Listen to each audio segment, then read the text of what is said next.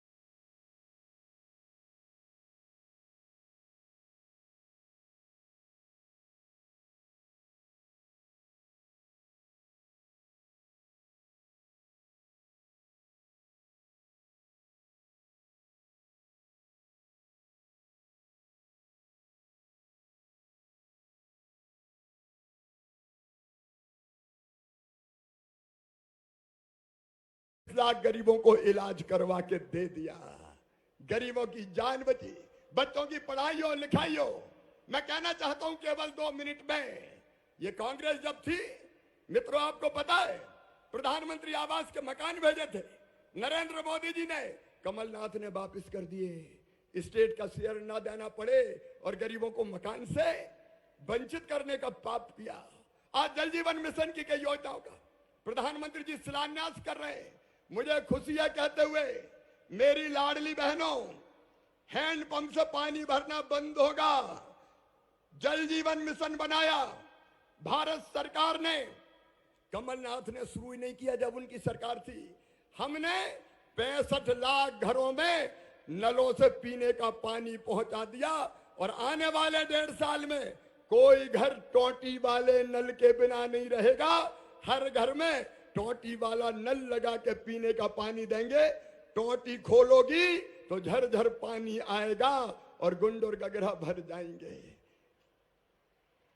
ताली जरा जोर से हो जाए। किसान भाइयों, प्रधानमंत्री किसान सम्मान निधि प्रधानमंत्री नरेंद्र मोदी जी ने दी, कमलनाथ ने नाम ही नहीं भेजे। तुम्हारा क्या बिगड़ता था कमलनाथ, अगर 6-6 हजार रुपए गरीब किसानों को मिल जाते तो। मुझे कहते हुए गर्व है कि बाद में हमने सूची भेजी और सबको लाभ मिल रहा है। आज मध्य प्रदेश विकास के पथ पर तेजी से आगे बढ़ रहा है, तेजी से आगे बढ़ रहा है। और विकास की जो सौगातें प्रधानमंत्री जी ने दी, भारत सरकार ने दी, उसके लिए मैं उनका अभिनंदन करता हूं। बताओ मेरे बहनों और भाइयों, आज दिल से और जोर से बताना, मध्य प्रदेश में काम ठीक चल रहा है कि नहीं चल रहा है? और जोर से चल रहा है कि नहीं चल रहा है? विकास की दौड़ में हम काफी आगे आए हैं। अब पिछड़े नहीं है, बीमारू नहीं है, विकसित राज्य है। और भारत सरकार और प्रधानमंत्री जी के आशीर्वाद से मध्य प्रदेश ऐसे ही बढ़ता रहे, इसके लिए आप सबका सहयोग और आशीर्वाद चाहिए। बोलिए, सबका आशीर्वाद मिलेगा तो एक बार मेरे साथ दोनों हाथ ऊपर उठा के, दोनों मुट्ठी बांध के, भारत माता की जय बोल के विकास और जन कल्याण के कामों को आगे बढ़ाने के लिए आशीर्वाद देने का संकल्प लें। उठाइए दोनों हाथ, बांधिए दोनों मुट्ठी और बोलिए, भारत माता की, भारत माता की, सभी बहनों भाइयों की, लाडली बहनों की और भांजे और भांजियों की बहुत बहुत धन्यवाद।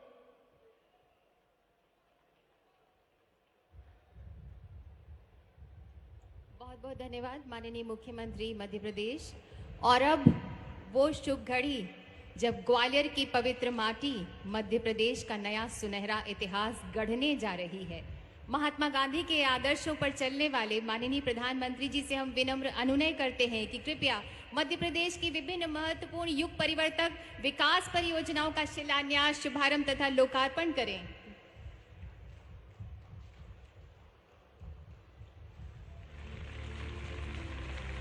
बहुत बहुत बधाई।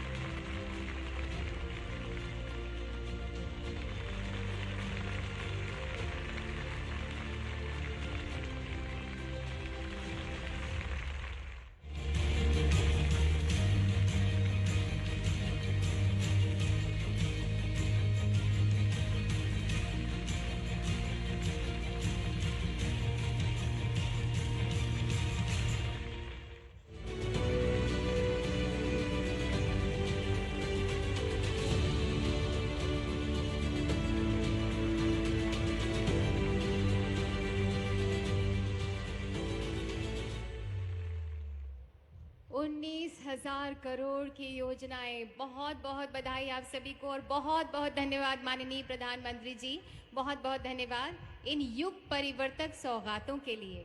माननीय, दिल्ली वडोदरा एक्सप्रेस वे के रास्ते मध्य प्रदेश के 3 जिले पड़ेंगे, मंदसौर, रतलाम और झाबुआ। इन तीनों जगहों पर माननीय आज स्थानीय स्तर पर कार्यक्रम भी हो रहे हैं और वहां के सभी लोग हमसे इस वक्त लाइव जुड़े हुए हैं। तो अब आइए देखते हैं सबसे पहले सड़क परिवहन तथा राजमार्ग मंत्रालय भारत सरकार की परियोजनाओं पर एक छोटी सी फिल्म।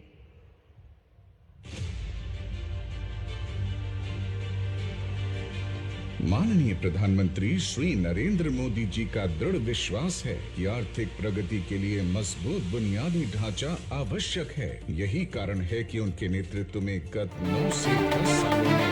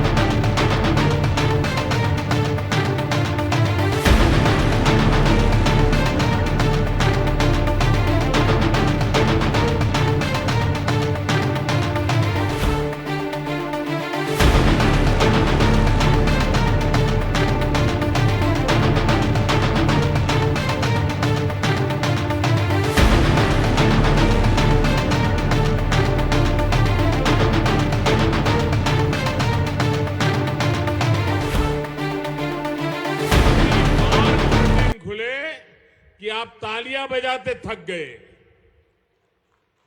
आप कल्पना कर सकते हैं कि एक साल में कोई सरकार जितने लोकार्पण और शिलान्यास का काम नहीं कर सकती, आज एक दिन में हमारी सरकार कर सकती है और लोग ताली बजाते थक जाते हैं, इतने काम करने का सामर्थ्य रखते हैं। मेरे परिवारजनों, दशहरे, धनतेरस और दीपावली से पहले मध्य प्रदेश के करीब 2.25 लाख परिवार आज अपने नए घर में गृह प्रवेश कर रहे हैं। आज कनेक्टिविटी के भी कई प्रोजेक्ट का यहां शुभारंभ हुआ है। उज्जैन में विक्रम उद्योगपुरी और इंदौर में multi modal logistic park Madhya Pradesh के औद्योगिकरण का विस्तार करेंगे। यहां के युवाओं के लिए हजारों नए रोजगार उसके लिए निर्माण होने वाले हैं, नए अवसर बनने वाले हैं। आज आईआईटी इंदौर में भी बहुत काम नए शुरू हुए। आज ग्वालियर के साथ साथ विदिशा, बैतूल, कटनी, बुरहानपुर, नरसिंहपुर, दमोह और शाहजहांपुर को नए स्वास्थ्य केंद्र भी मिले हैं। ये केंद्र Ayushman Bharat health infrastructure mission के तहत बने। इनमें गंभीर बीमारियों के इलाज की सुविधा है। मैं इन सभी के लिए आप सबको, मध्य प्रदेश के मेरे परिवारजनों को बहुत बहुत बधाई देता हूं। साथियों, ये जो इतने सारे काम हैं, ये डबल इंजन सरकार के साझा प्रयासों का परिणाम है। जब दिल्ली और भोपाल दोनों जगह समान सोच वाली जनता जनार्दन को समर्पित सरकार होती है, तब ऐसे काम और तेज गति से होते हैं। इसलिए आज मध्य प्रदेश का भरोसा डबल इंजन सरकार पर है। डबल इंजन यानी एमपी का डबल विकास। मेरे परिवारजनों, बीते वर्षों में हमारी सरकार मध्य प्रदेश को बीमारू राज्य से देश के टॉप 10 राज्यों में ले आई है।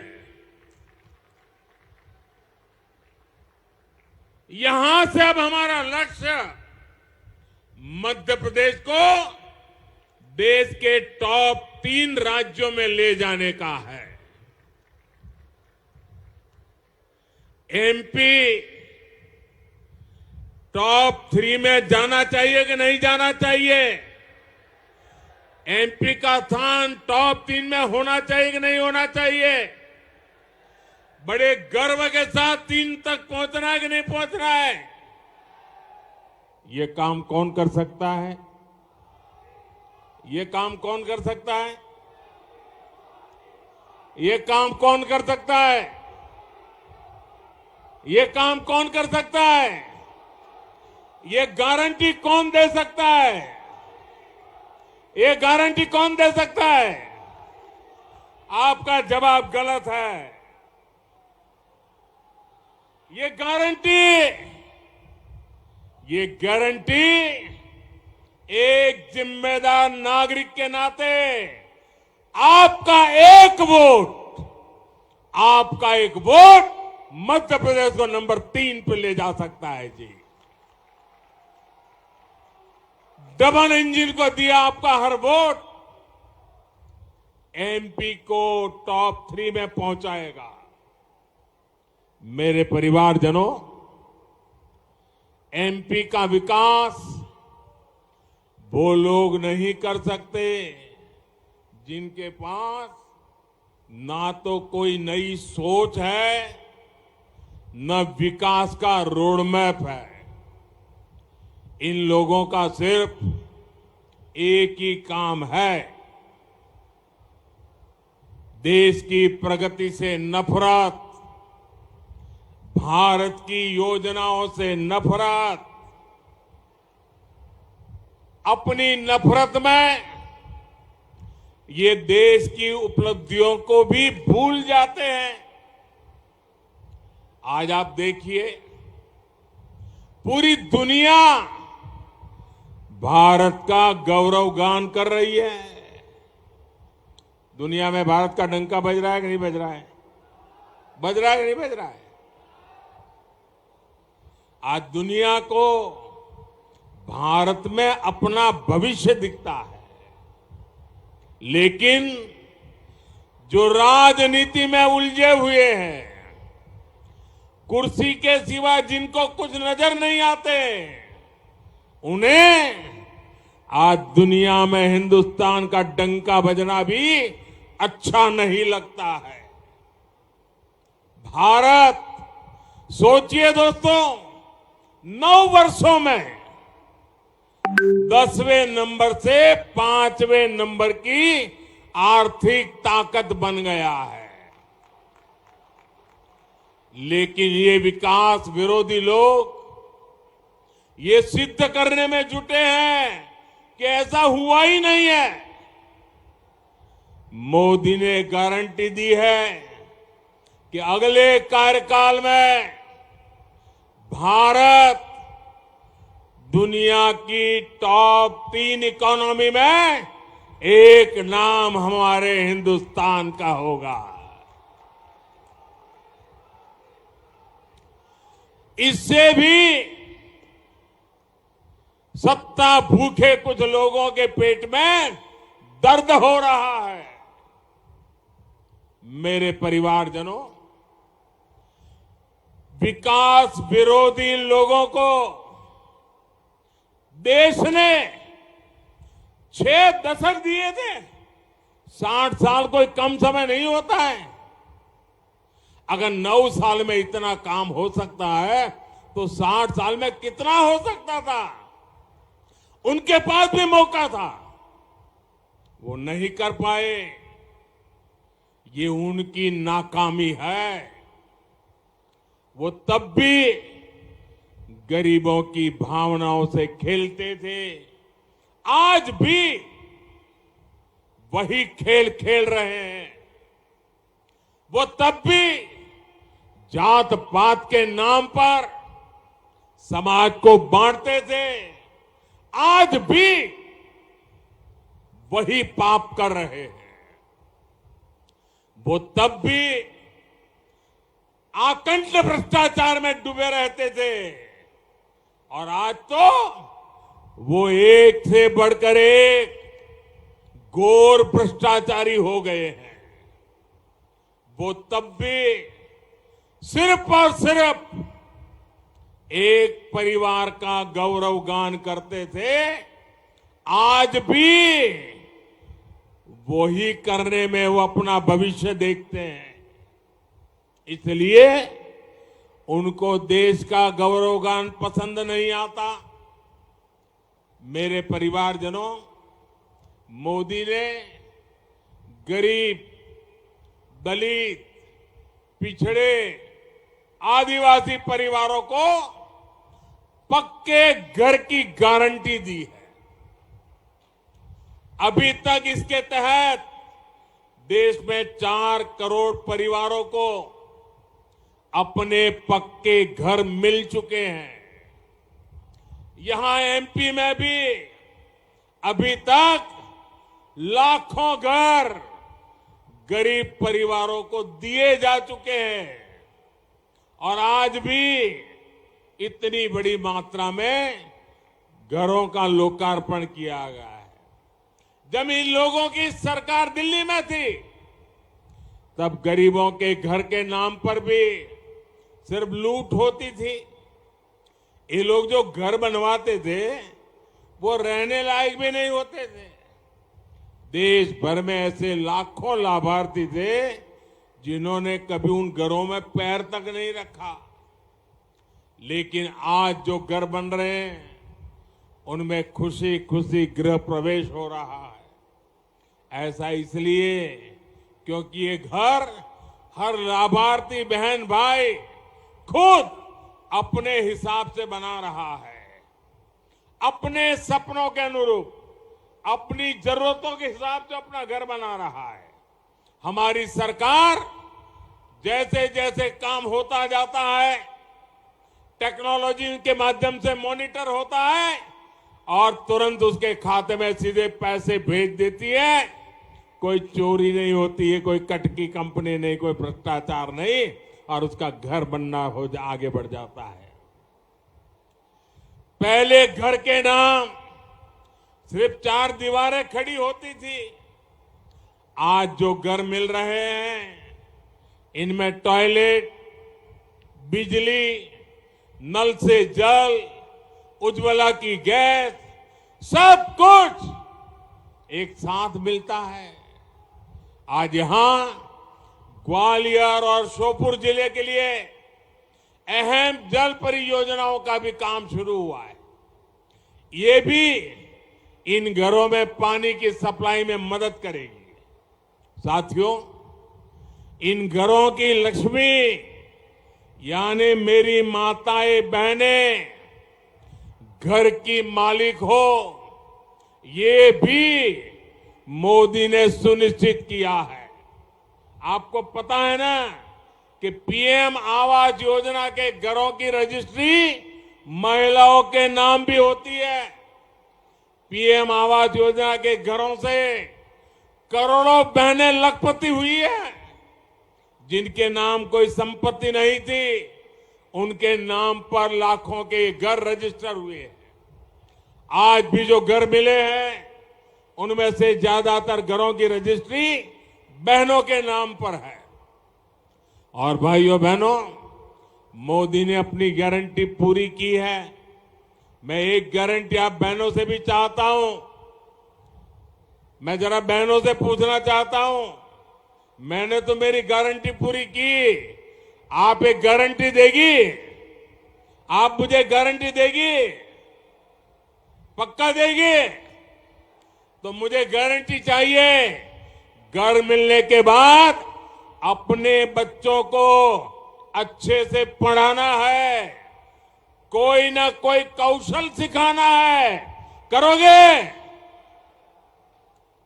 आपकी इस गारंटी मुझे काम करने की ताकत देती है। मेरे परिवारजनों, नारी सशक्तिकरण भारत के लिए वोट बैंक का नहीं बल्कि राष्ट्र कल्याण का, राष्ट्र निर्माण का एक समर्पित मिशन है। हमने देखा है कि पहले अनेक सरकारें आई गई, हमारी बहनों को लोकसभा और संसद में 33% आरक्षण के झूठे वादे करके बार बार वोट मांगे गए, लेकिन संसद में साजिश करके कानून बनाने से रोका गया, बार बार रोका गया। लेकिन मोदी ने बहनों को गारंटी दी थी और मोदी की गारंटी यानी हर गारंटी के पूरा होने की गारंटी। आज नारी शक्ति वंदन अधिनियम एक सच्चाई बन चुका है। मैं इस सभा में और आगे के लिए भी मैं चाहूंगा अपनी ये विकास की गाथा में हमारी मातृशक्ति की भागीदारी और ज्यादा बढ़े और प्रगति का रास्ता खुले, उसी दिशा में हमें आगे जाना है। भाइयों बहनों, आज विकास की जितनी परियोजनाएं हमने आगू की है वो सारी हमें ये कानून पास होने से एक ताकत मिलने वाली है। मेरे परिवारजनों, ग्वालियर चंबल आज अवसरों की भूमि बन रहा है, लेकिन हमेशा स्थिति ऐसी नहीं थी। जो कई कई दशकों तक सरकार में रहे, उसके नेता आज यहां बड़ी बड़ी बातें करते हैं। इनका ट्रैक रिकॉर्ड क्या है? जो हमारे युवा साथी हैं, जो फर्स्ट टाइम वोटर्स हैं, उन्होंने तो अपने पूरे जीवन में सिर्फ भाजपा का सरकार ही देखी है। उन्होंने तो एक प्रगतिशील मध्य प्रदेश देखा है। विरोधी दलों के जो ये बड़बोले नेता हैं, इनको कई दशकों तक मध्य प्रदेश में शासन का मौका मिला था। उनके शासनकाल में ग्वालियर चंबल में अन्याय और अत्याचार ही फला फूला। उनके शासन में सामाजिक न्याय हाशिए पर था। तब कमजोर की, दलित और पिछड़े की सुनवाई नहीं होती थी। लोग कानून अपने हाथ में लेते थे। सामान्य जन का सड़क पर आना जाना मुश्किल हो गया था। बहुत परिश्रम के हमारी सरकार इस क्षेत्र को आज की स्थिति तक पहुंचा पाई है। अब यहां से हमें पीछे नहीं देखना है। मध्य प्रदेश के लिए अगले 5 साल बहुत अहम है। आज देखिए, ग्वालियर में नया एयरपोर्ट टर्मिनल बन रहा है, एलिवेटेड रोड बन रही है, जहां 1000 बेड का नया अस्पताल बना है, नया बस अड्डा, आधुनिक रेलवे स्टेशन, नए स्कूल कॉलेज, एक के बाद एक पूरे ग्वालियर की तस्वीर बदल रही है। ऐसे ही हमें पूरे मध्य प्रदेश की तस्वीर बदलनी है और इसलिए यहां डबल इंजन की सरकार जरूरी है। साथियों, आधुनिक इंफ्रास्ट्रक्चर से जीवन सुगम तो होता ही है, ये समृद्धि का भी रास्ता है। आज ही जाबुआ, मंदसौर और रतलाम को जोड़ने वाली 8 लेन के एक्सप्रेसवे का भी लोकार्पण हुआ है। पिछली शताब्दी का मध्य प्रदेश 2 लेन की अच्छी सड़कों के लिए भी तरसता था। अब आज एमपी में 8 लेन के एक्सप्रेसवे बन रहे हैं। इंदौर, देवास और हरदा को जोड़ने वाली 4 लेन सड़क पर भी आज काम शुरू हुआ है। रेलवे के ग्वालियर से सुमावली सेक्शन को ब्रॉडगेज में बदलने का काम भी पूरा कर लिया गया है। अभी इस पर पहली ट्रेन को हरी झंडी भी दिखाई गई है। कनेक्टिविटी के इन सभी कार्यों से क्षेत्र को बहुत बड़ा लाभ होने वाला है। साथियों, आधुनिक इंफ्रास्ट्रक्चर और अच्छी कानून व्यवस्था से किसान हो या फिर उद्योग व्यापार कारोबार, सब फलते फूलते हैं। जहां विकास विरोधियों की सरकार आती है, वहां ये दोनों सिस्टम चरमरा जाते हैं। आप राजस्थान में देखिए, सरेआम गले काटे जाते हैं और वहां की सरकार देखती रहती है। ये विकास विरोधी लोग जहां जाते हैं, वहां तुष्टीकरण भी आता है। इससे गुंडे, अपराधी, दंगाई और भ्रष्टाचारी बेलगाम हो जाते हैं। महिलाओं पर, दलित, पिछड़े, आदिवासियों पर अत्याचार बढ़ते हैं। बीते सालों में इन विकास विरोधियों के राज्यों में क्राइम और करप्शन सबसे अधिक बढ़ा है। मध्य प्रदेश को इसलिए इन लोगों से बहुत सावधान रहना है। मेरे परिवारजनों, हमारी सरकार हर वर्ग, हर क्षेत्र तक विकास पहुंचाने के लिए समर्पित है। जिनको किसी ने नहीं पूछा, उनको मोदी पूछता है, मोदी पूजता है। मैं आपसे जानना चाहता हूं, क्या 2014 से पहले किसी ने दिव्यांग शब्द सुना था? जो शारीरिक रूप से किसी चुनौती से गिरे रहते थे, उन्हें पहलों की सरकारों द्वारा ऐसे ही बेसहारा छोड़ दिया गया था। ये हमारी सरकार है जिसने दिव्यांगजनों की चिंता की, उनके लिए आधुनिक उपकरण मुहैया कराए, उनके लिए कॉमन साइन लैंग्वेज विकसित करवाई। आज यहां ग्वालियर में दिव्यांग साथियों के लिए नए स्पोर्ट्स सेंटर का उद्घाटन हुआ है। इससे देश में एक बड़े स्पोर्ट्स हब के रूप में ग्वालियर की पहचान और सशक्त होगी। और साथियों, मेरी बात पे विश्वास करना, दुनिया के अंदर खेल की चर्चा होगी, दिव्यांग जनों के खेल की चर्चा होगी, ग्वालियर का नाम रोशन होने वाला है। लिख लीजिए। और इसलिए मैं कहता हूं, जिनको किसी ने नहीं पूछा, उनको मोदी पूछता है, उनको मोदी पूजता है। इतने सालों तक देश के छोटे किसानों को किसी ने नहीं पूछा। इन छोटे किसानों को मोदी ने पूछा, उनकी चिंता की। पीएम किसान सम्मान निधि के माध्यम से देश के हर छोटे किसान के खाते में अब तक 28,000 रुपये हमारी सरकार ने भेजे हैं। हमारे देश में 2.5 करोड़ छोटे किसान ऐसे हैं जो मोटा अनाज उगाते हैं। मोटा अनाज उगाने वाले छोटे किसानों की भी पहले किसी ने चिंता नहीं की। ये हमारी सरकार है जिसने मोटे अनाज को श्री अन्न की पहचान दी है, उसे दुनिया भर के बाजारों में ले जा रही है। साथियों, हमारी सरकार की इसी भावना का एक और बड़ा प्रमाण पीएम विश्वकर्मा योजना है। हमारे कुम्हार भाई बहन, लोहार भाई बहन, सुतार भाई बहन, सुनार भाई बहन, मालाकार भाई बहन, दर्जी भाई बहन, धोबी भाई बहन, जूते बनाने वाले भाई बहन, बाल काटने वाले भाई बहन, ऐसे काम करने वाले लोगों के लिए अनेक साथी हमारे जीवन के महत्वपूर्ण स्तंभ रहे। इनके बिना जीवन की कल्पना भी असंभव है। इनकी सोच आजादी के इतने दशकों बाद हमारी सरकार ने ली। ये साथी समाज में पीछे रह गए थे, अब इनको आगे लाने का बहुत बड़ा अभियान मोदी ने चलाया है। इन साथियों को ट्रेनिंग देने के लिए हजारों रुपये सरकार देगी। आधुनिक 15,000 भी इन साथियों को दिया जा रहा है। विश्वकर्मा साथियों को ऋण की गारंटी मोदी ने ली है, केंद्र सरकार ने ली है। मेरे परिवारजनों, देश के विकास विरोधी राजनीतिक दल मध्य प्रदेश को पीछे ले जाने की इच्छा रखते हैं, जबकि हमारी डबल इंजन की सरकार भविष्य की सोच रखती है। इसलिए विकास का भरोसा सिर्फ और सिर्फ डबल इंजन सरकार पर कर सकते हैं। मध्य प्रदेश को विकास के पैमाने पर देश में टॉप के राज्यों में लाने की गारंटी सिर्फ हमारी सरकार दे सकती है। मैं अभी शिवराज जी बता रहे थे कि स्वच्छता में मध्य प्रदेश देश में नंबर 1 है। आज गांधी जयंती है, गांधी जी स्वच्छता की बात करते थे। कल पूरे देश में स्वच्छता का कार्यक्रम हुआ।